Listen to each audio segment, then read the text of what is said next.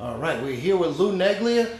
Lou is a former world kickboxing champion. He's also the president of the Ring of Combat promotion, one of the premier promotions that have been around MMA since like the very beginning. How you doing, Lou? How are you, Garvin? It's one of the longest running sanctioned events as far as promotional wise. Right, because New Jersey was way ahead of the game on the sanctioning, and you were right there with Nick Lembo in creating this. And Nick Lembo and New Jersey is responsible for the global spread of MMA by having these unified rules set up. You know, the old no-holds-barred events would never become a sport like MMA has become because of unified rules.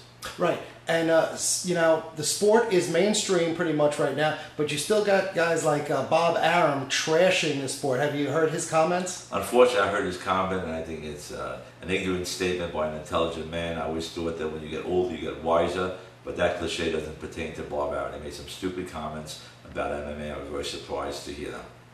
Yeah, he was talking about, you know, racism, skinheads, can't punch, the whole thing. And even, you know, the punching aspect, you know, MMA doesn't pertain or claim to be the best punchers in the world. Punching is part of the all aspects of fighting that an MMA fighter shows. It's almost like saying a tennis player should play against a baseball player. It's two different sports. MMA fighters do boxing, but that's not all they do. And just like boxers do boxing, but they can't do takedowns and they can't deal with arms, bars, etc. So the matchup, you know, for it ever to happen, is almost impossible to happen because a boxer would have to learn MMA and an MMA guy would have to do boxing as part of it. So it really will never happen, you know. And definitely to knock their hands is definitely a silly statement by Bob Arum.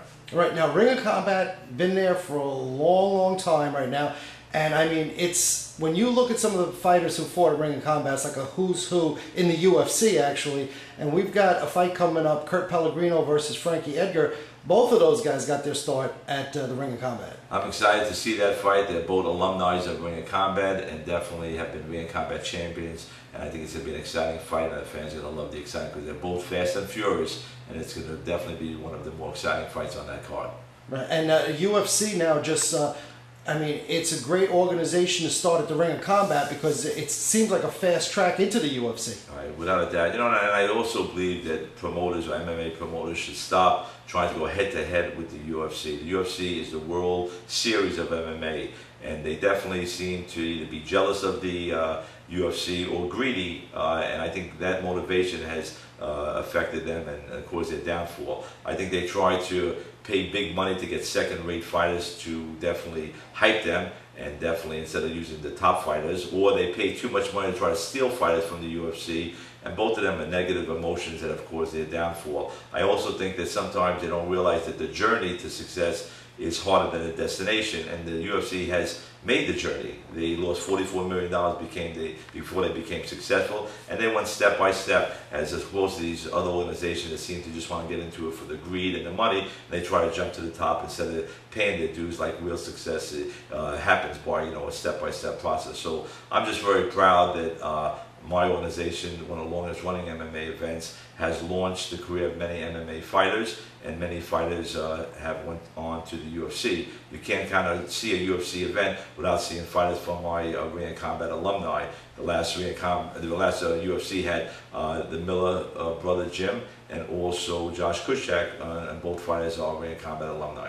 Right, and another big name you had is Matt Serra, obviously, who came up with the Ring of Combat. You know, the alumni, there's 28 fighters from Ring of Combat that went on to the UFC.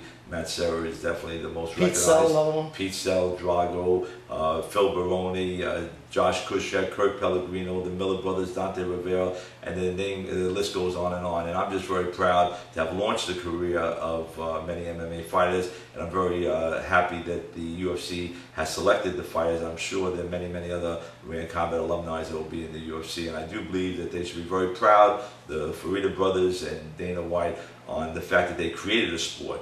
It's very difficult to create a sport, and they created it by being smart enough to know unified rules were important to make this a sport. Nick Lembo and the New Jersey Athletic Commission, along with Nevada State, got together with the UFC and obviously unified the rules, and that's what made this sport global. I also want to thank them for allowing other promoters like myself to be very successful because of the spread of MMA, which they spread to the viewers and to the fans. And also thanking them for the great sport they created. It's one of the most exciting sports, showing all aspects of fighting. They also, of course, made stars out of great athletes, and they also paid great athletes tremendous amount of money, which they truly deserve. So again, kudos to the UFC, and everyone should stop knocking them, but definitely appreciate what they have done for the sport of MMA that we all love. And the Ring of Combat now, you know, you're taking it slow and steady. You're not looking to compete head to head, and you're building up these fighters so that they can get into the UFC. And that's exactly the opposite model of an Affliction or EXC that we're looking to take on the UFC, you know, right out of the gate. You know, I think they were looking for quick success. I don't think any success comes quickly. So I think that was their downfall, and I definitely think the greed to see this sport, a lot of money in this sport, they tried to get some of that money instead of trying to earn it the right way. And, you know, success has to be earned, and that was their downfall. But I'm very happy with the success of Ring of Combat. I do hope that the UFC maybe will rate different organizations and promotion companies so other fighters in other parts of the country, like the Midwest or the South, will know how to get to the UFC. The fighters in the Northeast know how to get there by fighting in my Ring of Combat. They get a lot of attention, and they have gone from my show to the UFC. But I think if the UFC rated different promotion companies, it would help other fighters find a way to get to the UFC by fighting in these promotions and then building up a name and getting the attention they deserve and get noticed by the UFC. Maybe they'll send some of their representatives to different organizations. That's what I hope the UFC will do with some of the other promotion companies, and I think the promotions companies should be very happy in launching careers and leave the UFC at the top heap and level that they are, because they definitely are the prime organization of MMA and are the history of MMA. Not only that, I mean, when I go down to your Ring of Combat shows, I mean, you've got UFC stars coming down to corner their fighters. I mean, Matt Serra's always there, Gabriel Gonzaga is there, just Pete Sell, just a whole slew of fighters come to your shows. You know, I think the reason they come, or I hope the reason they come, is because they know at Ring of Combat there's no fixed fights, there's no mismatches, there's hard competitive competition. But that's why fighters get a chance to develop, test, and show their skills. And if they could last and fight at Ring of Combat, after a while they become ready for any other organization. And obviously I'm most proud that they went on to the UFC.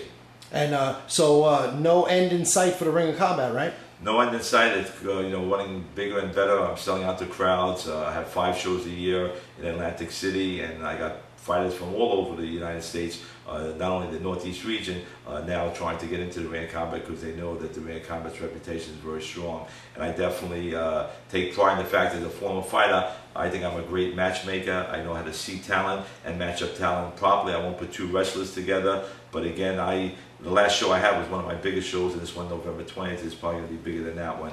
And I think that the reason why they're so exciting is I don't know who's going to win. I enjoy seeing my shows because there's such good competitors fighting each other, and I match up fighters. I don't know who's going to win. And if you want an easy fight, don't call me up, because I'm not going to give you an easy fight, but I will definitely give you the format to go on to the next level by fighting at tough fights and developing your skills so you'll be ready for any other fight and any other competitor. All right. Well, looking forward to that November 20th show. I'll definitely be down there calling the shots along with Thad on the Go Fight Live broadcast. So looking forward to November 20th. Thank you, Gov. Thank you, Lou.